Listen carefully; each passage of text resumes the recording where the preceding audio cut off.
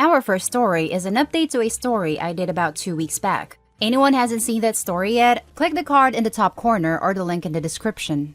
Update. Am I the a-hole for telling my stepdaughter to go ask her real dad when she asked me to pay for her plane tickets? Hey guys. It's been a good 2 weeks since I've posted and I figured you guys would like an update. A lot has happened since the last time I posted. So that night, I did what many of the comments suggested I do, which was to apologize. I told her that I'm sorry, that implying that I'm not her real father, but like it or not, that I consider her my daughter, that I loved her and will always be there for her. She started to cry and sob uncontrollably and said, why doesn't he, her biological father, love me? I held her and told her she didn't need to fight for his approval. I also apologized for looking through her phone, that I've come to accept that it's not an appropriate punishment for a teenage girl, and I was going to find other alternatives. Lastly, I brought up therapy, and while she was hesitant at first, I let her know it was nothing to be ashamed of, that everything she said at therapy would be entirely confidential, and that it could help to have a confidant to help her sort through her feelings. She sat on this for the day, but the next day let me know that she was ready. So I set up the soonest appointment, which was last Friday and her second appointment this afternoon. It's only been a week, so I don't want to get too optimistic, but honestly, I feel like I'm noticing an improvement already. She's actually been engaging back in small talk, when normally she wouldn't give me the time of day. She's been following all the rules, coming home at a reasonable hour. She's been less withdrawn and more social even, to the point where her brother commented on the change today.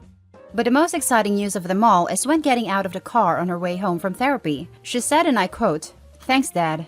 She's never called me Dad before, so honestly, I've been riding off that high for the last 2 hours. I'm not delusional enough to think everything's peachy, but honestly, the behavior changes in the last week was the most progress we've had since, well, ever. I'm cautiously optimistic going forward. Thanks again everyone for your comments, especially the ones who gave me the kick in the butt I needed. Now let's jump to the top comments of this post. I commented on your first post. Very happy to see this heartfelt update. I personally thought that you were, for the most part, not the a-hole, but still good on you for taking criticism so well and using that to strengthen your relationship with your daughter. A lot of people in your shoes would not have handled it as well as you did. Hoping life is easier on your going forward. Take care, dude. Just went back to the old post. Your comment was actually the one that convinced me that even if I was right, doesn't mean I shouldn't be the adult in the room and apologize. Thank you for your comment. I truly haven't felt this optimistic in a long time. Thank you so much for the update. I was an original commenter too. I told you she was taking it out on you because she knew she could depend on you. I mentioned what my own stepfather said to me. Know that calling you Dad was planned long in advance and took every ounce of her courage to speak that word and pretend it was casual. You are a good man and a great dad. Yes, I definitely remember your post. I appreciate your comment. It was very insightful. But the most exciting news of them all is when getting out a car on her way home from therapy. She said, and I quote, "Thanks, Dad." She's never called me Dad before, so honestly, I've been riding off that high for the last 2 hours. I'm smiling while reading this. Don't worry, I'm smiling every time I reread this too. I remember your original post. I'm glad things are going well for you, and that you got it turned around. Thank you for your kind words, and God bless. This post was a pure serotonin boost. I'm so happy for you, OP. One thing that occurred to me is, it might be good to find a way to let her know how meaningful those small changes have been to you, just in the spirit of positive reinforcement being the most powerful agent of long-term behavior change. Having been a teenager girl myself, I do not recommend anything big or face-to-face. When my parents made a big deal out of small stuff I did right, it embarrassed me, which made me want to do the right stuff less. But sometimes, my mom would leave a little note in my room, letting me know how happy something I'd been doing lately had made her, and how much she loved me, how proud she was at me, etc. And that always really impacted me. I feel like if your stepdaughter knew how meaningful it was to you to have those small talk moments, and to hear her call you Dad, it would start to reinforce the reality that you do really love her. And she really does have a dad, even if it's not the one she originally thought. Just food for thought though, you're clearly already on a great path. For the second story, am I the a-hole for telling my sister she needs to be more realistic about her dating standards because she has damaged goods? I wasn't trying to be mean, and I only told her this because she asked for a guy's opinion after spending the last year not having much luck with dating. She had a hard time understanding why, since in the past, she's never had that issue. I'm not in the habit of beating around the bush when people ask me for my honest opinion, so I told her that she has to come to terms with the fact that her dating pool has changed. She is twice divorced with kids from each ex, so a lot of guys will view her as a damaged goods. It's not because there is anything wrong with her per se, but it's a lot of baggage to bring into a new relationship. They have to deal with 2 ex-husbands and 3 step-kids, and that complicates things and limits their relationship with her. A lot of people just don't want to juggle all of that. I would not. It may have been hard for her to hear, but I stand by that opinion because it's true in my experience. She didn't agree and took offense to what I said, particularly the part about her being damaged goods. She now is refusing to speak to me unless I apologize. I've asked a few people close to me if I was too harsh, and they all agree that I could have been nicer in how I expressed my opinion. They don't think I am the a-hole for what I said, but how I said it. I'm just not sure if I agree with that, since I don't know of a better way to tell someone that they need to be more realistic because they have too much baggage which makes them unattractive to most people. Saying that is essentially the same thing as saying they are damaged goods. Am I the a-hole for what I said or how I said it? Now let's read the top comments. You're the a-hole. Saying she has baggage is not the same as saying she's damaged goods. Not in the least. That was an a-hole thing to say. Try a little tact.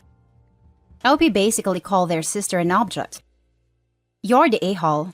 I'm very blunt too, and even I wouldn't have phrased it like that. She's not damaged goods. She has baggage, and you should have left it at that. You're the a-hole.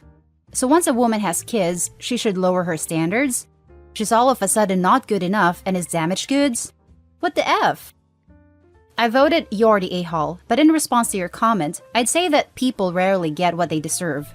She deserves to be happy, yes, and can wait as long as she likes for the right person. But I think weighing being pragmatic and what people deserve is unrealistic. She could find someone, but there's a real possibility that she doesn't. She deserves someone who will accept her, but the men she dates also deserve to find someone they want as well. It's not up to us to judge men who don't want a relationship with her. You're the a-hole. Your sister isn't a consumable good. She's a person. Does her past complicate things? Absolutely. But it definitely doesn't mean she is worth less a person. Now let's read the last story. Update. Am I the a-hole for paying for my stepson's college, but refusing to pay for my stepdaughter's? Original story. I, 46 male, have a wife, Janice, 44 female, and 2 stepchildren, Jonas, 25 male, and Lucy, 25 female. Their biological dad died in a car crash before they were born, and Janice has raised them as a single mother. I met Janice about 5 years ago, and we have been married for almost 2 years now. I love her very much, and we have an amazing relationship. When me and Janice started dating, we took things really slow. She said she had bad luck with men in the past, and wanted to be sure. I of course respected that. After a year of dating, she introduced me to her children. Jonas was really excited to meet me, but Lucy wasn't. She was mean to me and overall distant. She made some inappropriate comments like, "Why do you even bother when you will eventually leave my mom?" Or, "My mom is better off without you." I tried to bond with her, but I never forced her to do anything. She is an adult, and when she said she doesn't want to talk to me, I respected that. On the other hand, me and Jonas really bonded. We got to know each other, we talk really often, and we play tennis together when we meet. About 2 years ago, me and Janice got married and she moved into my place. Her kids live in a bigger city, which is about 2 hours drive away, and they both go to college there. Both of them were visiting Janice every other weekend, but when she moved into my place, Lucy stopped visiting. There is no issue with my place. It's a nice big house with a garden, swimming pool, and tennis court. Jonas still comes every other weekend, but Lucy comes like once in 4 months. Last month, both Jonas and Lucy finished college and got their degrees. They came to us and we celebrated. Me and Jonas were talking, and I offered to pay off his student debt. I never had my own children, and I have some savings, so it's not that big of a deal for me. When I spoke to Lucy, she asked if I could pay for her college as well, but I said I won't. She got upset, and Janice got mad at me as well. She said that I can't pay for one child and not for the other, and that is either both or none. I get that, but Lucy was never interested in having any kind of relationship with me, and now she wants to get money out of me. Jonas was more than nice to me, and I want to help him out. Am I the a-hole here? Edit. I didn't offer to pay for his debt in front of both of them. I talked with him about it in private, but he was excited and told Lucy. Before we read the update, let's read the top comments to the original post first. Not the a-hole. My knee-jerk reaction is to say that, yeah, you're the a-hole and you should be fair with your money, but, frankly, these aren't your kids. You've only known them as adults, and you have no real obligation to either of them. You can do what you want with your money.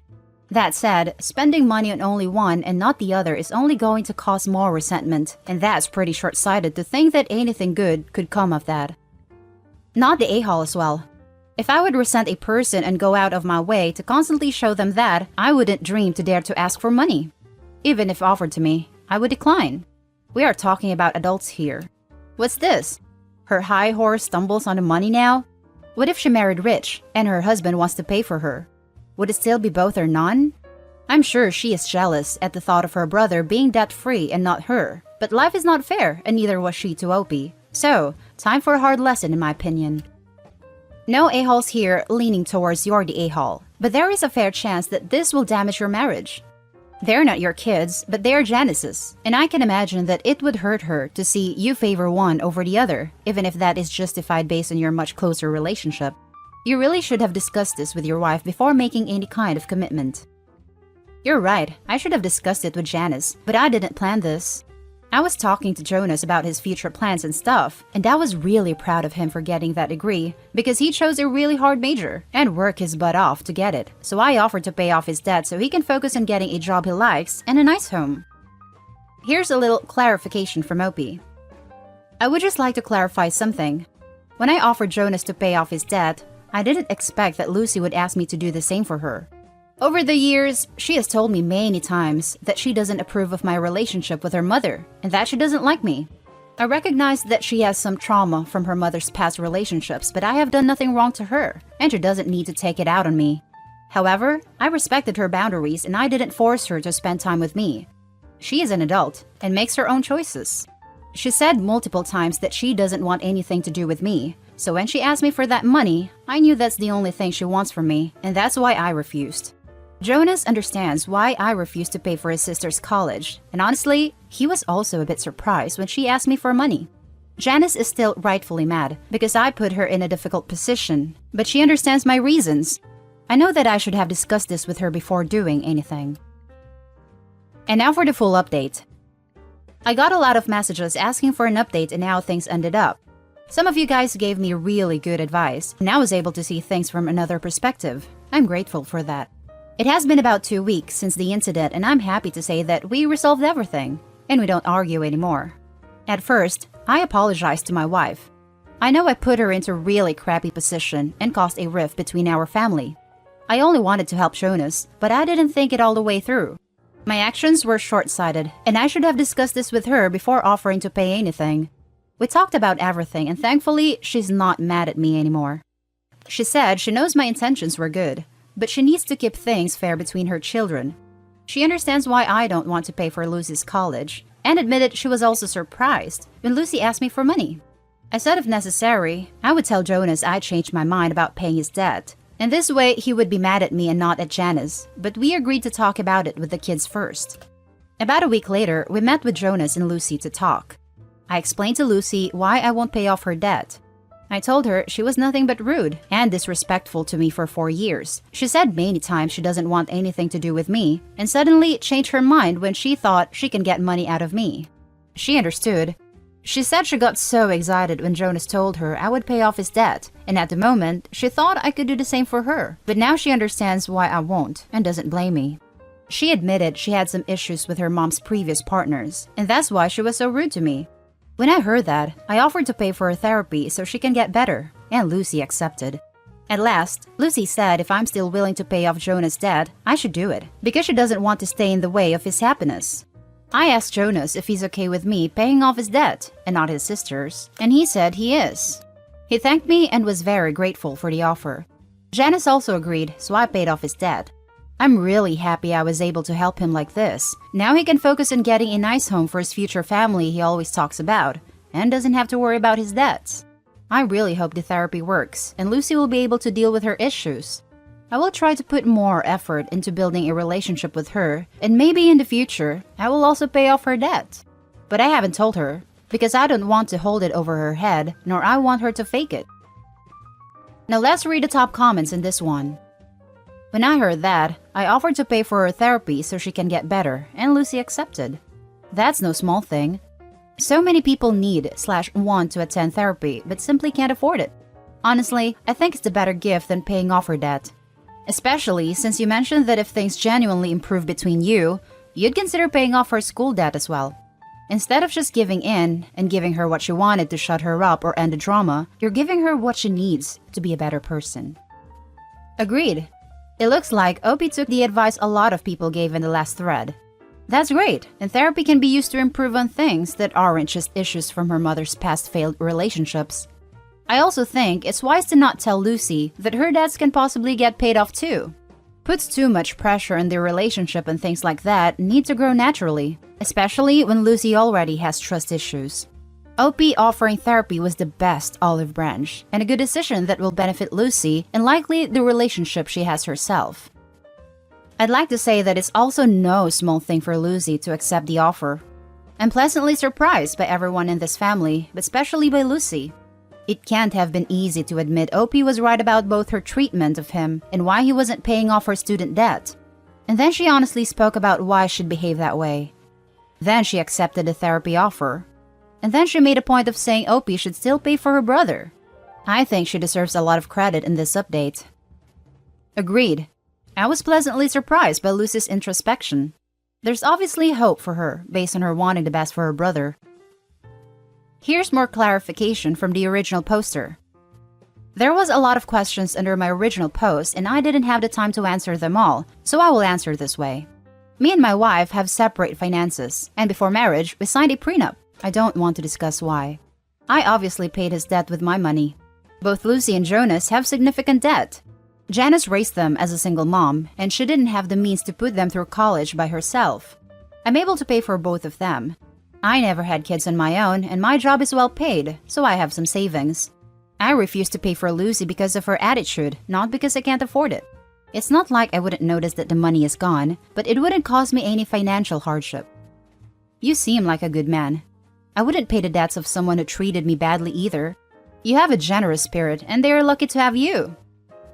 Is there a chance that if Lucy works through her issues in therapy, and you can come to a place where the relationship is healthy, you may change your mind about paying the debt? Not saying you should, just curious.